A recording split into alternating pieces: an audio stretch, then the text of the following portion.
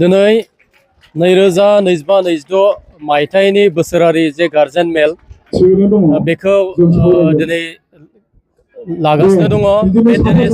बे गार्जेन मेलनि गेजेरजों जोङो जोंनि फरायसालिया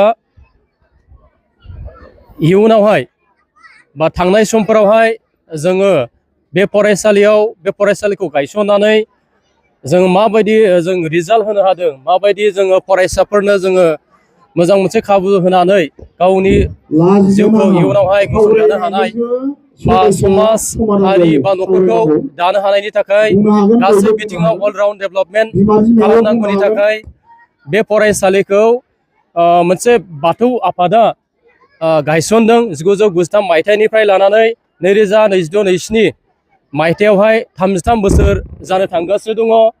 आङो बे फरायसालियावहाय गोरायुं हिसाबै गोदान आङो जिखिनि नुफैदों, बे फरायसालिया मोनसे मोजां मिथिंगाजों मोजां मिथिंगायाव बा मोजां कम्पाउन्डआवहाय मोजां केम्पासावहाय गायसनजानाय बे मोनसे फरायसालि, प्राइभेट फरायसालि इंराजि बिजोंनि।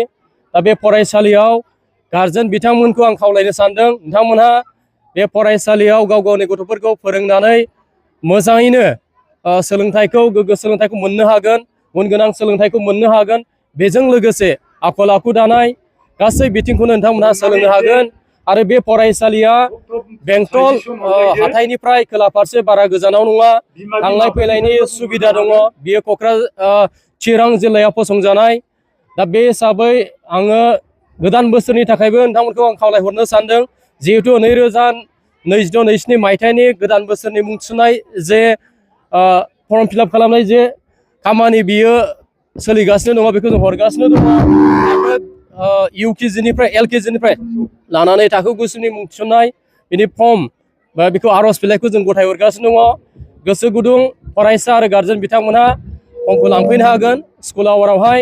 आं बेजों लोगोसे आं खावलायबावनो सानदों जे जोंनि बे फरायसालियावहाय आलादायै बयस आरो गार्लसफोरनि थाखाय आलादायै हस्टेल दङ। आरो बेवहाय बे फरायसालियाव हस्टेलाव थानाय फरायसाफोरखौ जोथोन लानो थाखाय बाहाय मोजां जानायनि बेबस्था, संनाय खावनायनि बेबस्था, फोरोंनायनि बेबस्था, वार्डेननि बेबस्था बेवहाय दङ। गार्लस आरो बयसआव साफा साफा जों सुपारिनटेन्डेन्ट हिसाबै लाखिदों। आङो गोरायुं हिसाबै आंबो बेवहाय दंफायो। फरायसालिनि हस्टेलाव थानाय फरायसाफोरनि जे स्टाडि फरायनायनि सम बेखौ जोङो मोनथाम खानानै होदों, फुंबिलि, बेलासि आरो मोनाबिलि।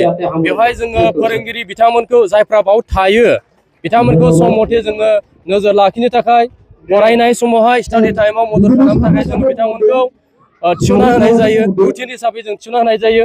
आङो प्राय थाफानानै नोजोर लाखिबाय थायो, सोर फरायसाया माबायदि फरायदों फरायाखै, बा फोरोंगिरिफोरा गावनि डिउटिखौ पालन खालामदोंना खालामाखै बिनि सायाव नोजोर लाखिनाय जायो। क्लासनि बेलायावबो जों स्कुल आवाराव फोरोंगिरिफोरनि एटेन्ड जानाय जायै, फोरोंगिरिनि दायथ' फोरोंगिरि हिसाबै फोरोंगिरिया गावनि दायथ'निफ्राय एरायनानै थादों नामा बेफोर गासैखौ नोजोर लाखिनाय जायो। जाहाथे फोरोंगिरि बिथांमोनानो गासैबो फरायसाफोरनि जिहेथु सासे फ्रेन्ड फिल'सफार गाइड जायो, बे हिसाबै फोरोंगिरिनावनो सासे गथ'नि रोंनाय रानाय आखल आखु दानाय गासैबो जिहेतु थानाय जायो। बे हिसाबै बिमा बिफाफ्रा जायफ्रा हस्टेलाव दैथायहरबाय बिथांमोनाथ' फ्राय माबोरै फरायदों न'निफ्राय फैयो, बिथांमोना गाव गावनि दायथ'खौ पालन खालामनांगोन, मोजाङै नोजोर लानो जायफ्रा न'निफ्राय फैयो। आङो दिनै नोंथांमोननि बे मिडियानि गेजेरजों बेखौनो खावलायनो सानो, जोङो जिबनाव जाफुंसारनो हायैनि जेबो बाथ्रा गैया। मोनसेल' बाथ्राखौ जों गोसोआव लाखिनो नांगोन, खस्थ' खालामनाय, गोब्राब खस्थ' खालामनाय। जों जेखि बाथ्रा बुङा मानो, जेखि सावराया मानो, मोनसे बाथ्राखौ जों जेब्ला गोसोआव लाखिनांगोन, गोब्राब खस्थ' खालामनांगोन। जों जेसेबां बाहाय फोरोंगिरिफोर दङ, जेसेबां कमिटिनि बिबानगिरि बिथांमोन दङ, फरायसाफोरनि बिमा बिफा दिथागिरि बिथांमोन दङ, जों गासैबो समाजनि सिबियारिफोर दङ, दैदेनगिरिफोर दङ, समाज सेबकफोर दङ। बिथांमोना ओनसोलखौ मोजाङै निजोमै लाखिनांगोन। दावराव दावसि परिबेसनिफ्राय जोङो बेखौ एरायनानै लाखिनांगोन। मोजां परिबेसावसो, मोजां आबहावायावसो मोजां सोलोंथाइ, मोजां आखल आखु दानो हायो। बेखौ जोङो साफ्रोमबो समाजनि गासैबो दैदेनगिरि बा रायजो राजाफोरा बेखौ नोजोर लाखिनांगोन। अब्लानो जोङो जौगासार जानो हागोन, बा जोंनि फरायसालिखौ गुबुन जौगानाय बे सरकारि फरायसालिफोरजों लोगोसे जोंबो लांफानो हागोन।